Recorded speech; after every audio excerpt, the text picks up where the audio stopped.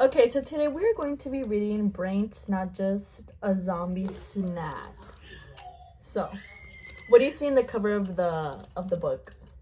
A bird. A bird. What else? A zombie. And what else? A brain. Brain. Okay, so it's written by Stacy and illustrated by Matthew Rivera. So, here's the cover.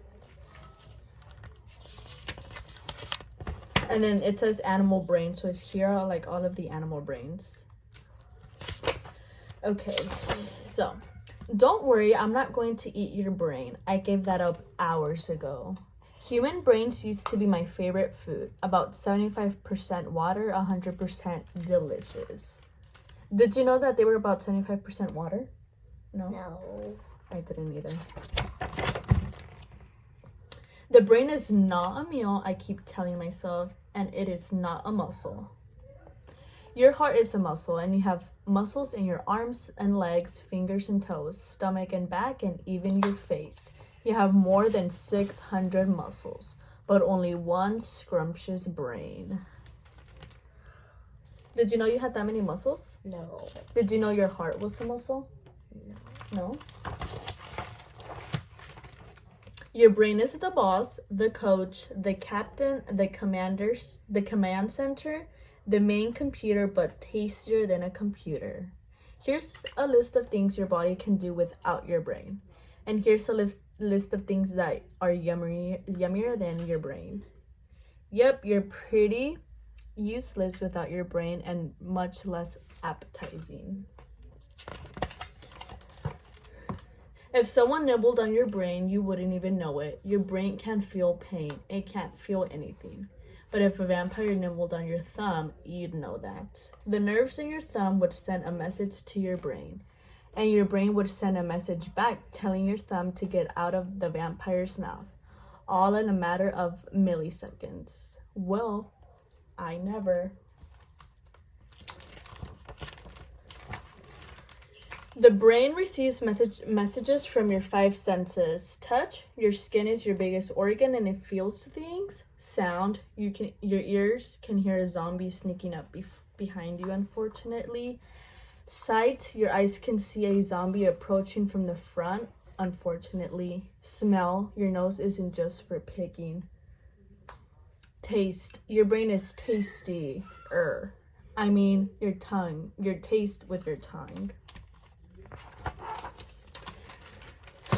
Grr, I need a snack. I want some brain bran flakes. Unless you know a grown up with a bit of a brain to spare, an adult brain is about 3 pounds of yumminess. A sperm whale's brain is about 17 pounds, but that's actually small compared to the size of a sperm whale. Plus, I can't swim. Did you know that a sperm whale was 17 pounds? No. No? No.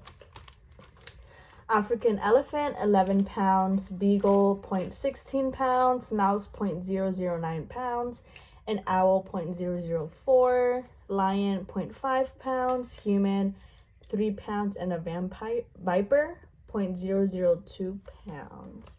So which one of these would be the smallest of the brains? The viper. The viper? Correct. So what makes humans' brains yummier than whale brains? Let's take a closer look at the human brain. Neurons, they do the work and you have about 86 billion of them. And glial cells, they feed and support the neurons. You have about 86 billion of them too. You've had most of these neurons since you were born. They were yummy then, they're yummy now.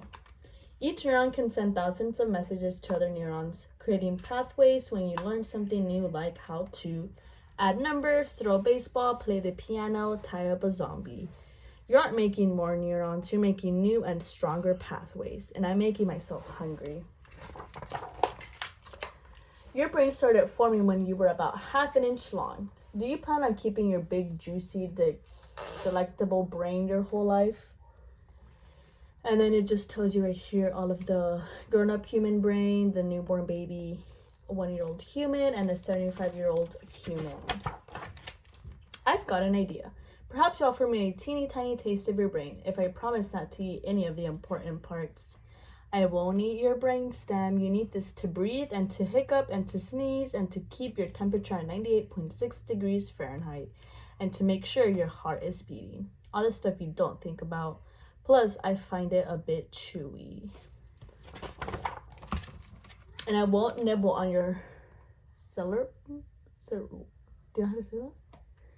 Cerebellum either. It's needed for balance and to coordinate your muscles.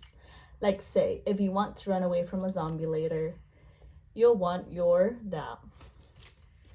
Oh. I like the cerebrum, the gray stuff. It's the biggest part and it comes in 2 halves. Left and right. Things divided in halves are meant to be shared, don't you think? It's filled with good stuff like seeing, hearing, emotions, problem solving, imagination, and memory. Sweet, sweet memories. And the is mouthwatering wrinkled. And here's a part of the different parts of your brain. So you have your frontal lobe, this lobe, your brainstem. That helps you what? Do you remember what the brainstem helps you do? Breathe, hiccup, sneeze. Good job.